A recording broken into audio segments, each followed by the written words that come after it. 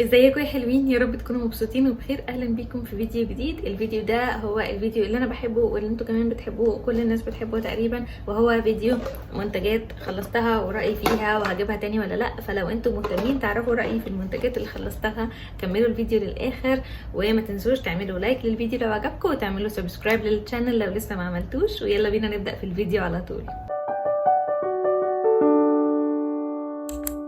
خليني ابدا معاكم اول حاجه بحاجه الشعر، واول حاجه هبدا بيها هي البلسم ده بتاع ايفا، اللي هو بالصبار وزيت الارجان المغربي. هحط لكم صوره واضحه ليه لو هو كل ده صورته مش واضحه هنا.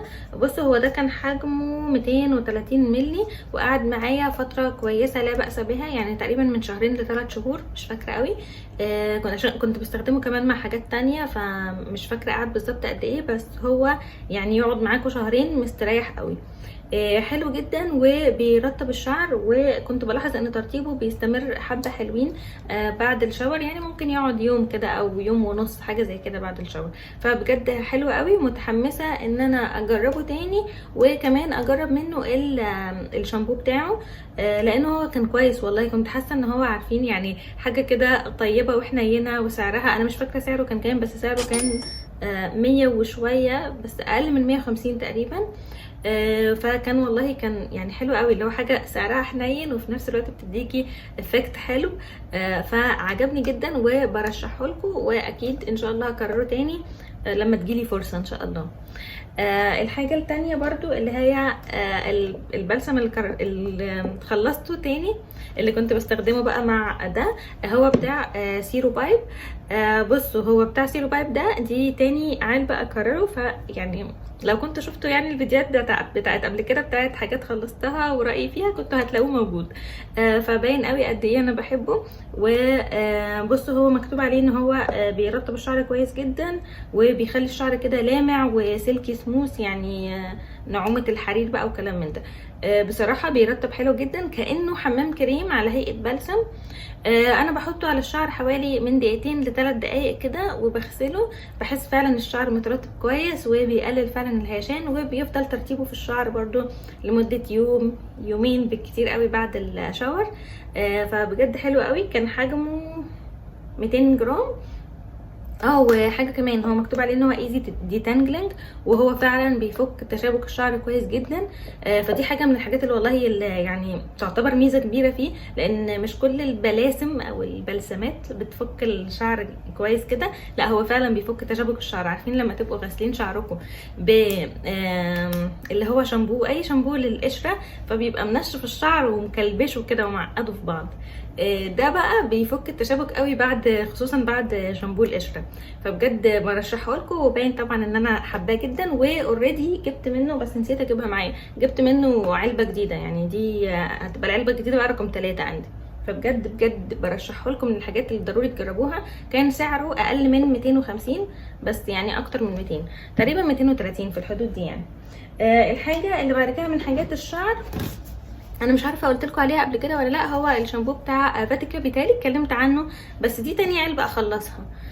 فعجبني جدا، بيعمل اللي عليه، شامبو بينظف الشعر، هو فعلا بينظف الشعر. فكتر خيره جدا بصراحه. حجمه كويس، حجمه يعني حجم 400 مللي، يعني حجم كبير والله، وبيقعد فتره كبيره. بس برضو انا مش هحكم على فترته اللي بيقعدها، لانه قعد معايا اكتر من شهرين، لان انا بستخدمه مع حاجات تانية. فبرضو ايه، ويعني مش بستخدم شامبو سلفيت فيه سلفيت يعني كل مره بستحمى فيها او بغسل شعري، فبيقعد معايا فتره يعني. بس هو بصراحه بيعمل اللي مطلوب منه، بينظف الشعر، بيحافظ عليه، ما بينشفوش قوي، ولما بتستخدمي بعديه بلسم بتبقى الدنيا كويسه، يعني مش محتاج حمام كريم. انت بقى عايزه تزودي اكسترا ترطيب وكده هحطي حمام كريم، بس هو يعني هو كفايه قوي معاه بلسم، اي نوع بلسم يعني شعرك بيرتاح عليه هيبقى تمام قوي. فبجد من الحاجات اللي حبيتها قوي. ويعني لو ما لقيتش اي شامبوهات انا متحمسه ان انا اجربها، فهرجع اكرره تاني ان شاء الله. اخر حاجه بقى من حاجات الشعر، وهي الحاجه اللي عليها اختلاف كبير قوي، وانا اديتها فرصه، يعني اديتها فرصه اهو خلصتها لغايه اخرها. بصوا السيرم ده بتاع كلاري، مفيش حد اتكلم عنه الا وشكر فيه. انا مش عارفه ليه، انا ما بحبش ابقى مختلفه وامشي عكس التيار وكده، بس هو ده انا فعلا انا مش عارفه الناس بتشكر فيه ليه. هو كان بينشف لي شعري، وبيخليه جاف كده وهايش، وما كانش بيعمل اي حاجه. يعني انا بحط سيرم ليه طيب؟ يعني ما كنتش حتى يعني زيه زي قلته، بالعكس هو بيضر الشعر اكتر بالنسبه لي يعني. انا قلت لكم قبل كده في الفيديو اللي فات، وهقول لكم تاني المره دي، ان انا شعري نوعه عادي، لا خشن ولا ناعم، في النص، حاجه متوسطه جدا، ومشكلته هو الهيشان والجفاف. فيعني عايزه حاجه ترطب شعري وتقلل الهيشان. ده كان بيجفف شعري ويزود الهيشان، فده كان بيعمل عكس اللي انا متوقعاه منه تماما. ما حبيتوش خالص، اديته فرصه لغايه ما خلصته اهو، عشان ايه يعني خلص خالص ماشي. فيعني انا فضلت اجرب فيه مثلا مع شامبو مثلا انا برتاح عليه، مع كونديشنر انا برتاح عليه، مع حمام كريم انا برتاح عليه، مفيش مش نافع، مش راضي معايا. فاكيد مش هكرره تاني. وانا كنت قلت لكم قبل كده في كذا فيديو ان الحاجه الوحيده اللي عجبتني من مجموعه كلاري واللي اوريدي كررتها تاني هي الشامبو بتاعهم. غير كده المجموعه كلها ما عجبتنيش. حمام الكريم حسيته عادي جدا، البلسم حسيته تقيل قوي على الابليكيتور بتاعته، وبرده حسيته برده ما فرقش معايا، يعني عادي بلسم زي اي بلسم. فالحاجه الوحيده اللي عجبتني منهم هي الشامبو، وده سيء للغايه. بس طبعا في ناس كتيره بتشكر فيه، فيعني مش عارفه، جربوه وانتوا تحكموا بصراحه. بس انا يعني انا مش برشحه لكم بصراحه خالص. ندخل بقى في حاجات الشاور، وهم مش كتير يعني، هو ده بس. ده الحاجه اللي انا خلصتها مؤخرا، وطبعا عارفه ان هو مقاطعه، بس انا كنت جايبه حاجات كتير قوي من باث اند بادي وركس بقالها فتره طويله، فده كان اخر علبه شاور جل. انا كنت بحب الشاور جل بتاعهم جدا، كنت بحب الريحه اللي هي جنجن جدا. فكان عندي منه، كان عندي من انتو ذا نايت وكده. دي اخر واحده خلصتها خلاص، اللي هي اسمها ستروبري باوند كيك. هو بيبقى حجمه 295 مللي، يعني تقريبا 300 مللي، وبيقعد كتير لان كميه قليله منه بترغي كتير. بصوا بصراحه ده او يعني مش ده بالذات، بس يعني الشاور جيلز بتاعت باث اند بادي وركس والشامبو بتاع القشره بتاع فيتشي، دول اكتر حاجتين انا يعني زعلانه عليهم في حاجات المقاطعه، لان فعلا كانوا حلوين. وحاسه لسه لغايه دلوقتي ما لقيتش الحاجه اللي شبههم بالظبط. اي حاجه تاني ليها بديل، بس هما الاثنين دول مش لاقي حاجه في نفس الكواليتي فعلا وفي نفس التاثير بتاعهم. بس قشطه تمام يعني، مش هجيب شاور جيل من باث اند بادي وركس تاني. انا عندي اللي هو الترافل سايز، عندي علبتين كده ترافل سايز، بس دول هخليهم للسفر يعني، مش هستخدمهم وانا قاعده في البيت. واوريدي دلوقتي بجرب بقى ايه شاور جيلز جديده. بس ده يعني ايه برضو خلص. تصدقوا لسه في حاجات من حاجات الشعر، وهي طبعا حبيبي وروح قلبي اللي انتوا عارفينه. يعني لو انتوا بتشوفوا كل الفيديوهات بتاعتي، مفيش فيديو من حاجات خلصتها الا وبيطلع فيه اللي هو كريم سترونج فيل. انا اوريدي ده طبعا خلصته وطلعت واحده جديده تانية على طول. يعني هو انا دايما عندي علبه سترونج فيل على التسريحه، علشان خاطر اكتر كريم بيريحني وبيرطب لي شعري، وترطيبه بيقعد في الشعر يوم او يومين، وكمان مناسب بعد ما تغسلي شعرك، وحتى لو الشعر ناشف تحفه، بحبه جدا. نيجي بقى لحاجات السكين كير. وانا في الفتره الاخيره قبل ما انزل مصر واجيب بقى الحاجات اللي هي مشترياتي من مصر، واجيب حاجات بقى شان وشركه انفينيتي والحاجات دي، كنت بستخدم الكوريان سكين كير كتير قوي. فاستخدمت منه 2 نوع لكريمات الوش يعني. اول واحد منهم هو اسمه سون جونج، وهحط لكم طبعا صوره واضحه ليه لانه ده مخصوص. لو كنتوا بتشوفوا الفيديوهات القديمه كنت جربت منه نوع تاني من سون جونج برضو، اللي هي البراند دي يعني. كنت جربت منها نوع اللي هو في علبه كده، وكان برضو جميل وحبيته قوي، وقلت لكم رشحته لكم يعني ساعتها وكده.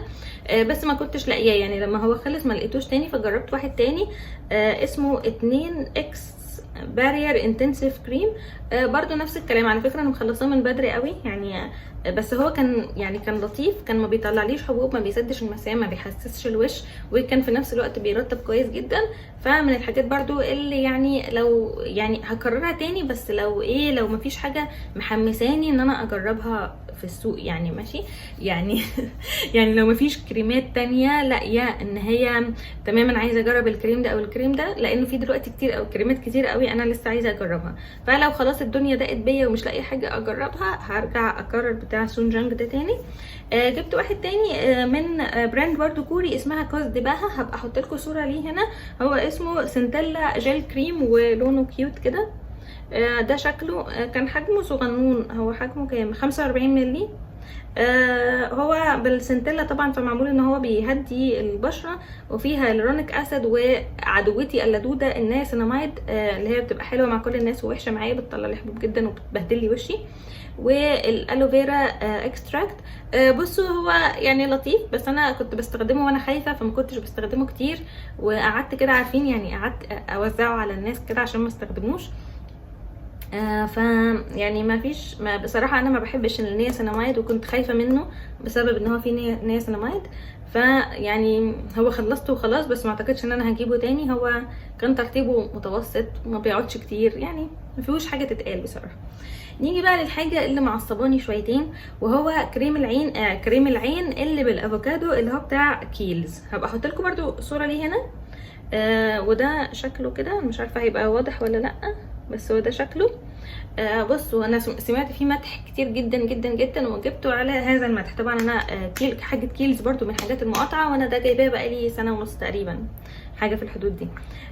جبته في اول السنه اللي فاتت، اللي هي اول 23، واستخدمته كتير. ماشي، هو كان جاي على هيئه كريم، بس بعدين مش قبل ما صلاحيته تنتهي، ولا قبل حتى ما اللي هي ان هو بيقولك من فتح العبوه صلاحيته 12 شهر والكلام ده. قبل ما الكلام ده كله ينتهي اتحول لميه. فهو لسه جواه على فكره، اتحول لميه. اللي هو بتاخديه، ثواني كده هوريكم، بتاخديه بيبقى ميه. بصوا هو يعني هو مش باين قوي في الكاميرا، بس هو زي الميه. ف يعني هو ماشي اوكي، وكان بيرطب كويس برضو، يعني تمام، ترطيبه عادي، كريم عين عادي. ليه ادفع فيه كل الفلوس دي كلها؟ يعني هو بحوالي 800 900 جنيه دلوقتي ان ما كانش معدي ال1000. ف يعني هو على كريم ترطيبه عادي بجد، والله ترطيبه عادي جدا يا جماعه. فما تصدقوش اي حد يقعد يشكر في حاجات غاليه قوي، غير مش عارفه بصراحه، بس يعني مش حلو. ما انصحش حد يجربه، ده غير ان هو كيلز اصلا حاجته مقاطعه، بس بجد ما انصحش حد يجربه. اي كريم عين في اي براند مصري. انا بجرب حاليا كريم العين بتاع ايفا اللي هو باللؤلؤ ده. حلو جدا، يعني عجبني مبدئيا. انا طبعا لسه يعني ما بستخدموش بقالي اسبوع ولا حاجه، فما اقدرش احكم عليه قوي، بس يعني ده شبه ده في الترتيب. يعني هو انت مستنيه من كريمات العين ايه غير انها ترطب تحت العين؟ فبجد من الحاجات اللي هي يعني ما انصحش بيها بصراحه. ما عجبنيش خالص خالص، يعني ما عجبنيش عشان هو عادي وغالي. ف يعني ليه ادفع فلوس كتيره كده في حاجه عاديه؟ يعني مش هتعمل لي اي حاجه جديده. الحاجه اللي خلصتها بعد كده، ومش عارفه برضه انا كلمتكم عنها قبل كده في فيديوهات تقريبا، مفضلاتي من السكين كير والكلام ده. بس ما كانتش لسه خلصت. فهي خلصت بقى المره دي. هي المايسلر ووتر بتاعت باي فيز، ودي براند اسبانيه تقريبا. وحجمها 100 مللي، وفي منها طبعا احجام تانية، بس انا جبت دي. وكنت جايبه قبلها برضو واحده زمان، كان من 2 3 كده كنت جايبه نفس العلبه. حلوه جدا جدا جدا. انا شايفاها بديل لبايوديرما، اللي هي شبهها كده، اللي هي مبططه كده وغطاها بامبي، او لو حتى غطاها اخضر. بديل حلو جدا جدا جدا لبايوديرما، وهتلاقوا سعرها تقريبا دي كده سعرها 100 جنيه او اكتر شويه اقل شويه، مش عارفه. فيعني بس هي مش هتزيد عن يعني مش هتزيد عن ال 120 جنيه مثلا. فبجد حلوه جدا جدا جدا. ما بتحرقش العين، ما بتحسسش الوش، بتشيل كل الميك اب، بتشيل الميك اب الووتر بروف، بتشيل كل حاجه. طبعا بتستخدمي بعدها الغسول بتاعك، بس هي يعني بتعمل اللي عليها وبتشيل الميك اب كله. فبجد بحبها جدا، وهكررها بس لما اخلص المايسلر ووترز اللي عندي هبقى اكررها بعد كده. بس فعلا يعني من الحاجات اللي ايه، لو مش بجرب حاجات كتيره اكيد هرجع اكررها على طول. بجد ارشحها لكم جدا جدا جدا، جربوها مش هتندموا. الحاجه اللي خلصتها بعد كده هي البرايمر بتاع شيك لام، اللي هو اسمه بيرثدي سكين برايمر، واللي هو من جوه بيبقى لونه بينك، مش ابيض ولا اخضر. اوكي، ده شكله. بصوا، انا يعني رغم ان انا شفت ناس كتيره قوي ما عجبهاش البرايمر ده، بس هو بصراحه عجبني جدا. وشكلي كده، شكلي هكرره تاني. كان بيعجبني قوي مش تحت الميك اب، يعني هو تمام تحت الميك اب حلو كبرايمر لطيف، بس كان بيعجبني ان انا كنت بحطه لوحده، كان بيدي تغطيه خفيفه قوي قوي قوي وجلو كده. كنت بحبه قوي في المشاوير الخفيفه السريعه، اللي هو رايحين نشتري طلبات البيت، حاجات زي كده يعني، نازله نزوله سريعه وطالعه الكلام من ده. كان تحفه يا جماعه بجد، كنت حباه قوي. ولما خلص دلوقتي انا مفتقداه، اللي هو ما عنديش حاجه تعمل نفس الحاجه السريعه دي، فبفكر يا اما اشوف يعني بدايل او حاجه، يعني ايه، اجرب بقى مثلا بيبي كريم او كده. بس البيبي كريم تغطيته بالنسبه لي انا مش عايزه التغطيه دي كلها، انا عايزه حاجه تديني كده اللي هو كريم عادي، بس بيدي سن التغطية زائد جلو. فيعني هشوف، هجرب حاجات تانية، بس يعني غالبا بنسبة 70% كده ان انا ممكن ارجع اكرره تاني. بجد عجبني قوي قوي قوي. وتحت الميك اب والله لطيف جدا. العلبة دي رغم انها تبان صغيرة، هي العلبة كبيرة، بس هو يعني الكمية اللي جواها صغيرة بس بتقعد كتير جدا. هو كان مكتوب عليه ان هو 30 جرام، وصلاحيته من الفتح 12 شهر، بس هو قعد معايا سنتين وكان لطيف والله. كان يعني ما بيحصلوش حاجه، قعد معايا سنتين وانا كنت بستخدمه كتير. بس زي ما بقول لكم هو كميه صغيره قوي منه بتتفرد على الوش كله، فما بتحتاجيش كميه كبيره منه، فعشان كده بيطول وعجبني جدا. من شي جلام برضو خلصت القلم اللي هو بتاع الحواجب ده، اللي هو اسمه 2 in 1 بروز اون ديماند. بصوا، هو بيبقى اللي هو من ناحيه ريشه كده، فالريشه دي لسه ما خلصتش طبعا. بصوا ده بيبقى شكلها لو لسه مش عارفينه.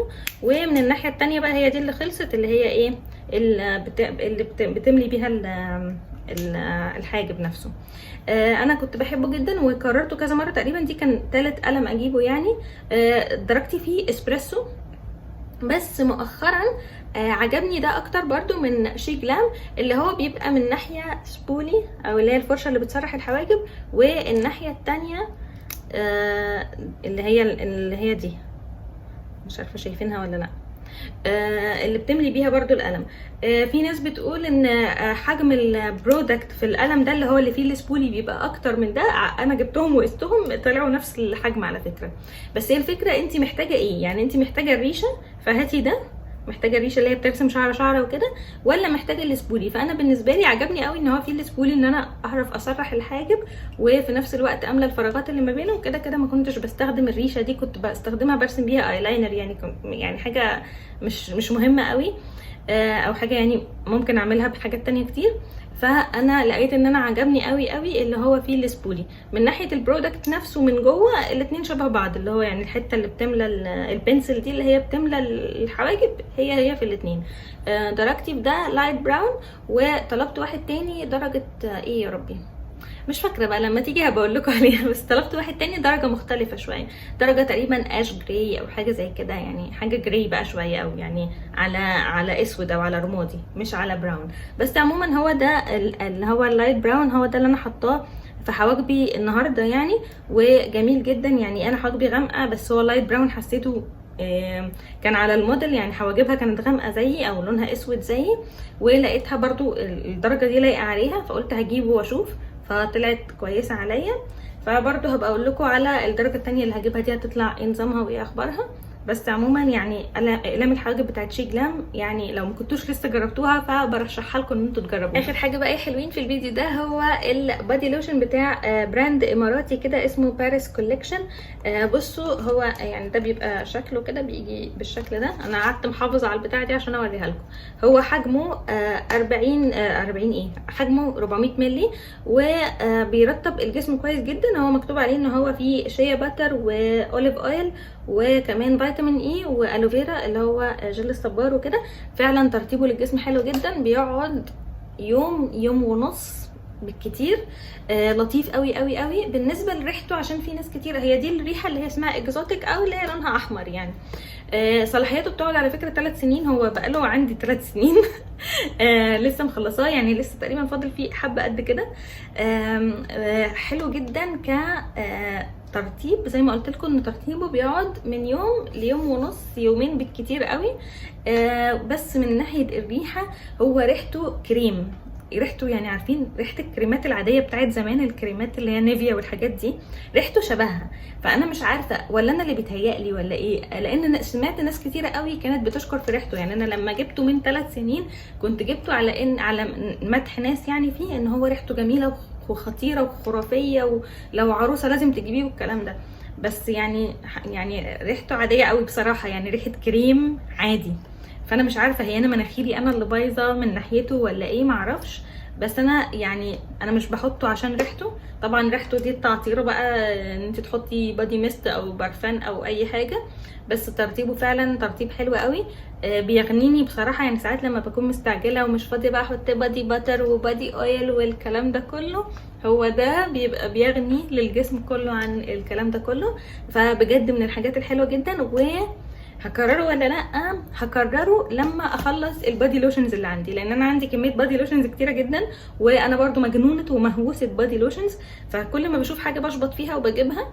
فلما تضيق بيا الدنيا واخلص كل البادي لوشنز اللي عندي وابقى عايزه اكرر حاجه تاني، ده من الحاجات اللي هكررها اكيد. لانه يعني نسيت اقول لكم كمان قوام خفيف، او يعني يشبه البادي ميلك شويه. انا مش عارفه هيبقى لسه فيه ولا لا، بس يعني قوام خفيف شويه. بصوا خفيف، يعني البتاعه دي بتتحرك، بس ترطيبه عالي جدا جدا جدا. فبجد يعني عجبني بصراحه. وزي ما قلت لكم بيغنيني عن المنتجات الكتيره اللي بنستخدمها بعد الشاور لو انا مستعجله، فبرشحه لكم. وبس كده يا حلوين، ده كان رايي في المنتجات اللي خلصتها في الفتره اللي فاتت. فيا رب يكون الفيديو عجبكم، ويا رب تكونوا استفدتوا واتبسطتوا. اكتبوا لي تحت في الكومنتس لو انتوا جربتوا حاجه من الحاجات اللي انا جربتها وخلصتها دي، رايكم فيها زي رايي ولا راي مختلف. يعني قولوا لي ايه رايكم مثلا في السيرم بتاع كلاري، عمل معاكم ايه، او انا يعني كنت بستخدمه غلط ولا ايه ولا بتكرهوه زيي قولوا لي كده رايكم في اغلب المنتجات اللي انا اتكلمت عنها النهارده. بجد بستنى كومنتاتكم، بتبسطني جدا. وما تنسوش تعملوا لايك للفيديو لو عجبكم، وتعملوا سبسكرايب للشانل لو لسه ما عملتوش. واشوفكم على خير ان شاء الله في فيديو تاني جديد قريب. باي باي.